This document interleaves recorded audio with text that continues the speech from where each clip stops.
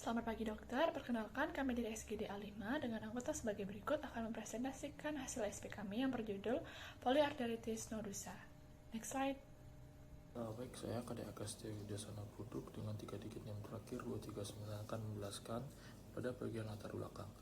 Vaskulitis merupakan peradangan spesifik pada pembuluh darah manusia dan dapat terjadi di semua organ tubuh. Sebagian besar kasus vaskulitis dimediasi oleh kompleks imun.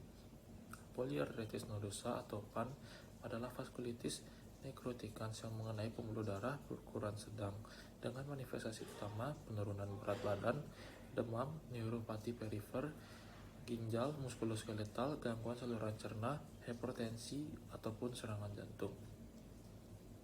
Penyebab pasti dari polyarteritis nodosa hingga saat ini tidak diketahui. Terapi untuk polyarteritis nodosa biasanya terdiri dari penggunaan obat kortikosteroid seperti prednisone untuk menekan sistem kekebalan dan meredakan peradangan.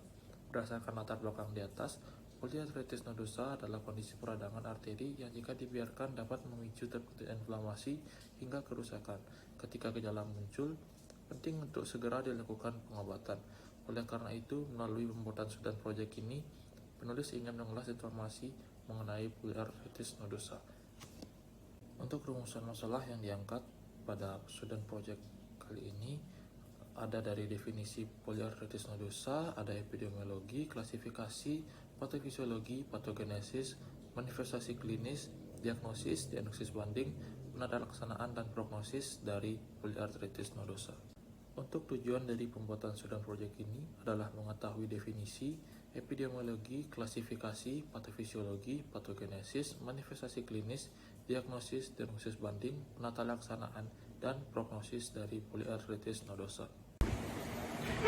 Baik, perkenalkan nama saya Gumade Oki Satria Laksana dengan 3 digit terakhir 012. Untuk selanjutnya ada manfaat penulisan. Jadi adapun manfaat penulisannya adalah yang pertama manfaat teoritis. Jadi hasil student project ini diharapkan dapat menambah wawasan mengenai topik yang kami bahas, yakni mengenai polyarteritis nodosa. Untuk selanjutnya manfaat praktis. Jadi ada bagi penulis, diharapkan student project ini dapat menjadi wadah bagi penulis untuk mengembangkan kemampuan diri dalam menyusun student project sekaligus menambah pemahaman kami lebih mendalam mengenai topik yang diangkat. Lalu untuk bagi pembaca diharapkan student project mengenai polyarteritis nodosa ini dapat menjadi informasi yang bermanfaat bagi pembaca. Next. Untuk selanjutnya ada definisi. Jadi polyarteritis nodosa itu adalah sebuah inflamasi nekrosis vaskuler yang bersifat sistemik terkhusus mempengaruhi arteri yang berukuran kecil sampai sedang. Lalu ada definisi juga dari International Capitol Hill Consensus Conference tahun 2012. Jadi polyarteritis nodosa itu terjadinya nekrosis arteri ukuran sedang dan kecil tanpa glomerulonefritis atau vaskulitis arteriol, kapiler, dan juga venula, serta tidak berasosiasi dengan ANCA atau anti-neutrophil cytoplasm antibody. Lalu sedangkan untuk manifestasi histologisnya, PAN ini ditandai dengan adanya nekrosis fibrinoid pada arteri media, infiltrat inflamasi perivaskuler, dan trombosis pembuluh darah mengikuti infiltrasi pada intima. Jika semakin jauh inflamasi ini berlanjut, dapat membawa pada pembentukan skar fibrotik yang menyebabkan iskemia dan kerusakan pada jaringan. Next. Baik, perkenalkan saya Idayu Putu Dewayani dengan 3 digit NIM terakhir 164 akan melanjutkan pembahasan ke epidemiologi dari polyarteritis nodosa. Jadi polyarteritis nodosa itu merupakan penyakit langka dengan perkiraan prevalensi sekitar 31 juta kasus dan insiden tahunan sekitar 0 sampai 9 juta kasus di negara-negara maju. Nah, penyakit ini lebih sering dijumpai pada laki-laki dibandingkan dengan perempuan dengan perbandingan 1,5 banding 1, di mana polyarteritis nodosa ini bisa terjadi pada segala usia namun bersifat idiopatik. Nah, untuk polyarteritis nodosa sistemik itu lebih sering dijumpai pada pasien yang berusia 40 sampai 60 tahun.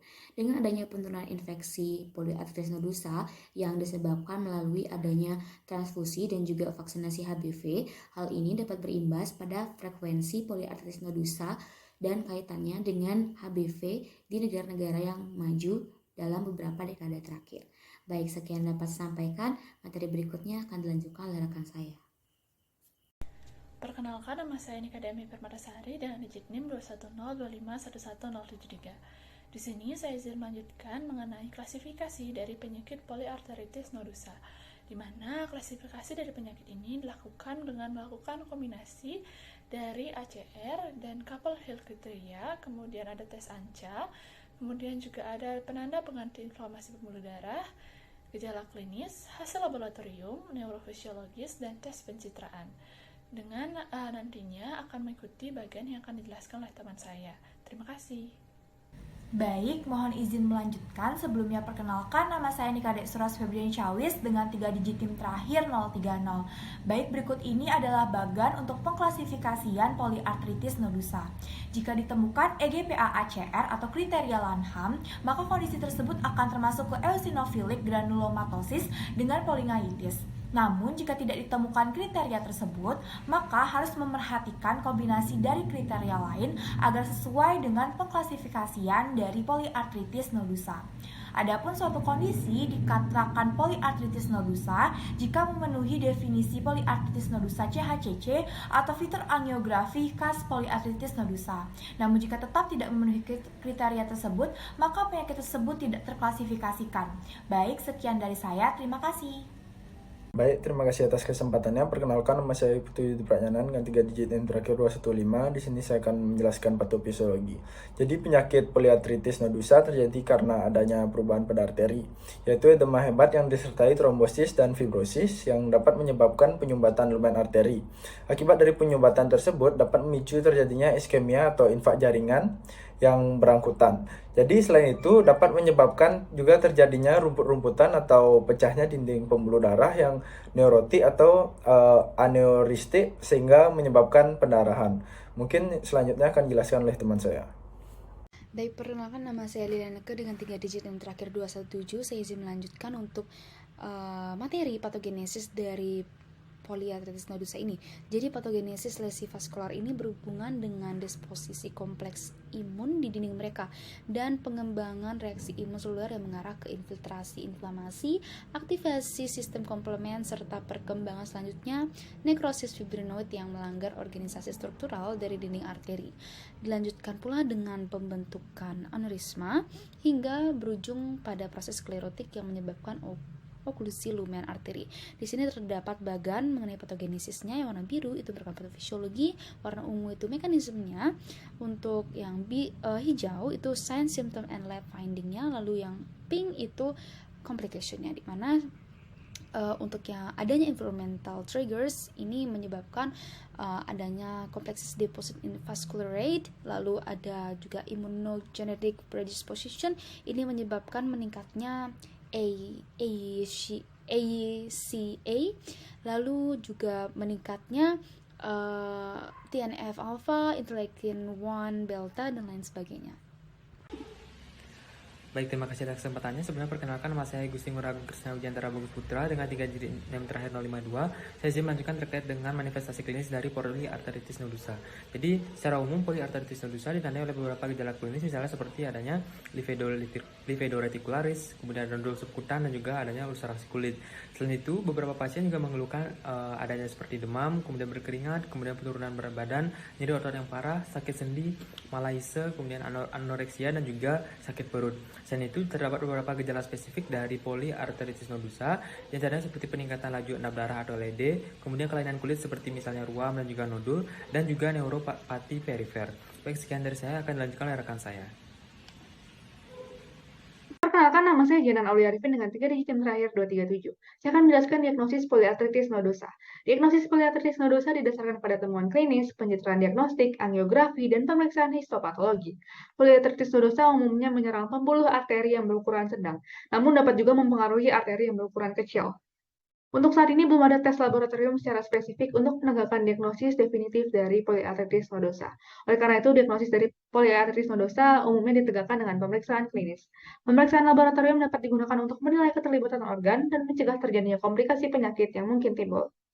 Tes laboratorium umumnya mencakup kreatinin serum dan urinalisis yang berfungsi untuk menilai fungsi ginjal serta panel hati dan kreatinin kinase. Menurut Yamamoto et al., terdapat 7 kriteria untuk menentukan diagnosis dari poliartritis nodosa. Yang pertama yaitu mononeuropati multiplex, yang kedua keterlibatan gastrointestinal, yang ketiga tidak adanya MPO-NK, yang keempat protein urin kurang dari 2, Yang kelima, demam selama 1 minggu atau penurunan berat badan lebih dari 4 kg. Yang keenam, kelainan angiografi. Dan yang ketujuh, bukti histologis. Sekian penjelasan dari saya. Selanjutnya akan dijelaskan oleh teman saya. Terima kasih. Perkenalkan, saya Nagung Yusra Elmira dengan 3 digit NIM terakhir 183. Di sini saya akan menjelaskan tentang diagnosis banding dari penyakit poliarteritis nodosa, yaitu penyakit abdomen akut yang disebabkan oleh salah satunya itu ada penyakit pankreatitis, kolesisitis, dan juga apendisitis. Dan ada juga yang disebabkan oleh demam rematik akut dan penyakit jantung koroner maupun penyakit-penyakit infeksi lainnya. Untuk membedakannya bisa dilihat ada atau tidaknya muncul kelainan mata, ruam pada kulit, dan kelainan pada abdomen. Sekian yang dapat saya jelaskan, terima kasih. Baik, sebelumnya perkenalkan, nama saya James Salim dengan 3 digit NIM terakhir 123. Pada kesempatan kali ini saya akan menjelaskan poin 2.9 yaitu penata laksanaan. Nah, di sini untuk pasien dengan gejala ringan itu kita bisa berikan prednisone itu sebanyak 1 mg per kilogram berat badan per hari dengan maksimum dosis itu 60 hingga 80 mg per hari. Dan selanjutnya itu untuk gejala sedang sampai berat itu kita bisa berikan glukokortikoid dan agen imunosupresif lainnya seperti siklofosfamid. Selanjutnya untuk pasien PAN dengan infeksi hepatitis B atau C dengan gejala ringan, pengobatan dengan antivirus harus dilakukan sebelum obat imunosupresif diberikan kepada pasien. Dan selanjutnya itu, yang terakhir, pembedahan itu diperlukan jika pasien mengalami perforasi usus, kolesistis, dan aneurisma pembuluh darah. Sekian dari saya. Next. Baik, perkenalkan kembali, nama saya Liliana dengan 3 digit yang terakhir 217. Saya izin melanjutkan mengenai prognosis dari poliarteritis nodosa ini. Jadi pasien poliarteritis nodosa yang telah menjalani pengobatan itu memiliki prognosis yang baik. Sebaliknya, pasien yang tidak mendapatkan pengobatan itu prognosisnya buruk dengan tingkat kekambuhan yang tinggi.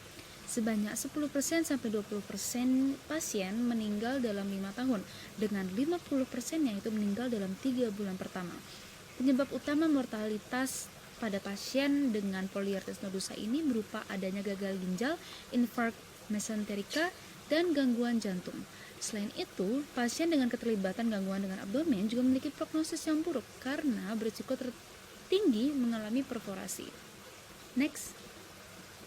Selanjutnya, simpulan. Sebelumnya perkenalkan, saya Ketut Prima Angandari dengan 3 digit NIM terakhir 200.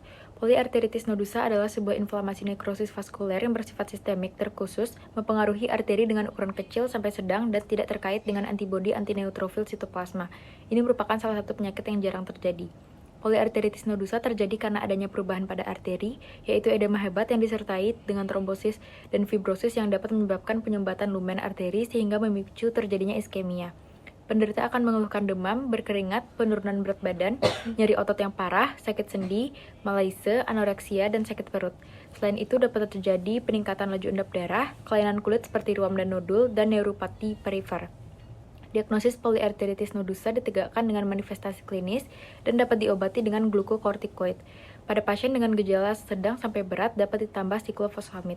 Selanjutnya, saran. Bagi pembaca, penulis berharap pembaca dapat memahami dan menelaah isi dari student project ini sehingga pengetahuan dan ilmu yang dibagikan dapat tersampaikan dan diterapkan dengan baik. Dan bagi institusi, diharapkan dapat lebih menambah referensi di sumber kepustakaan mengenai poliarteritis nodosa. Sekianlah presentasi dari kelompok kami tutup dengan Parama Sandi. Om Sandi Sandi Sandi Om.